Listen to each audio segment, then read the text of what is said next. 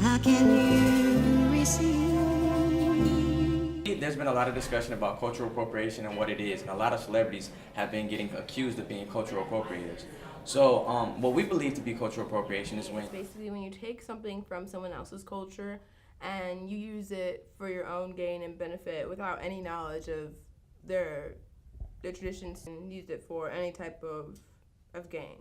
Cultural appropriation is when you take something from a culture but not attribute it to that culture, using something for a trend or fashion instead of the actual purpose without giving homage to the actual culture. How I see it is just basically, well, I think whatever it is that you're doing is cool, but I don't want you to like take the glory for it. So I'm gonna take it and say, well, we invented it, it's cool, so this is our thing now.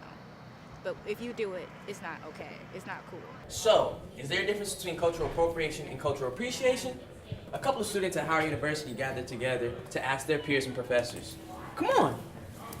There's a fine line between cultural appreciation and cultural appropriation. Since if they appreciate it in a way where they just do it for fun, then I feel like it can come off negative towards other people. However, if they really research it, if they have friends, if they immerse themselves in the culture, and they take it as more than just,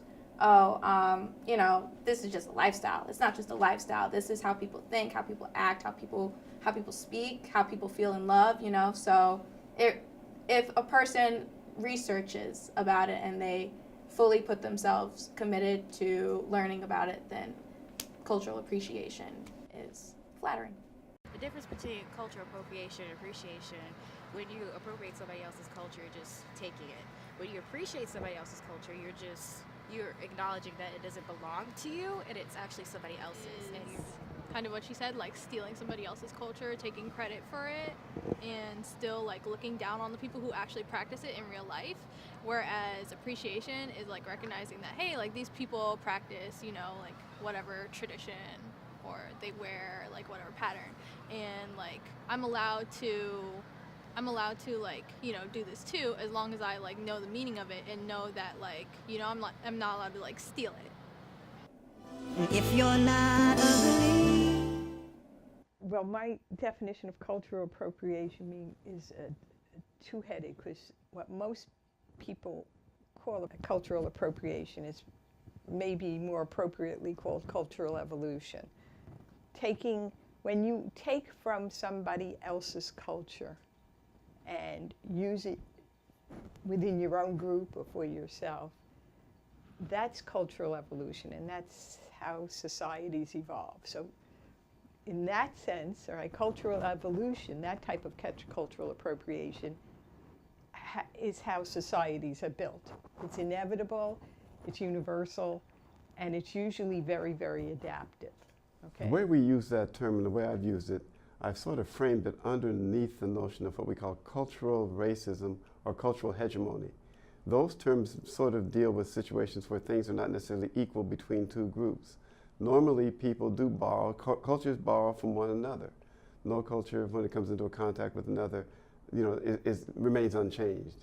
With cultural appropriation, people are sort of borrowing elements and using them for their own ends.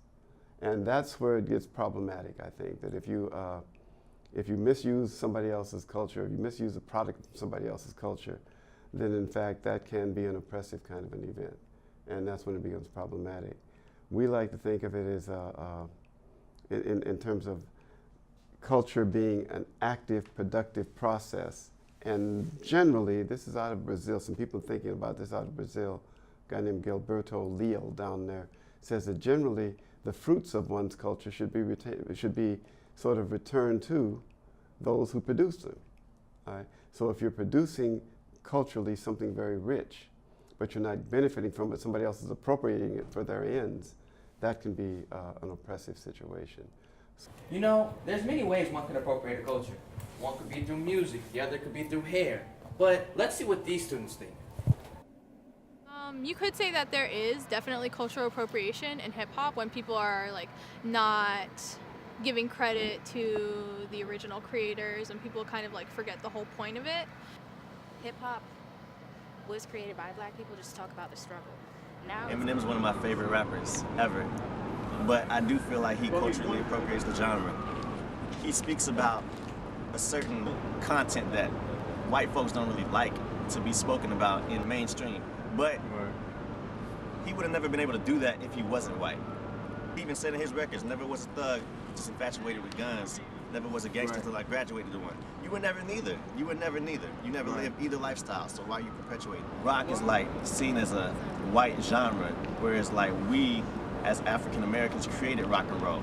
It was with anything from bebop to like the blues to jazz. I do remember one time where I was like at the store and this guy that was from one of the islands, I don't know where he's from, but he came up to me and he's like, can I make a joke, right? And I didn't know him, so I was like, sure, you can make a joke. And he's like, this right here, like my hair, he's like, this is for us, not for you.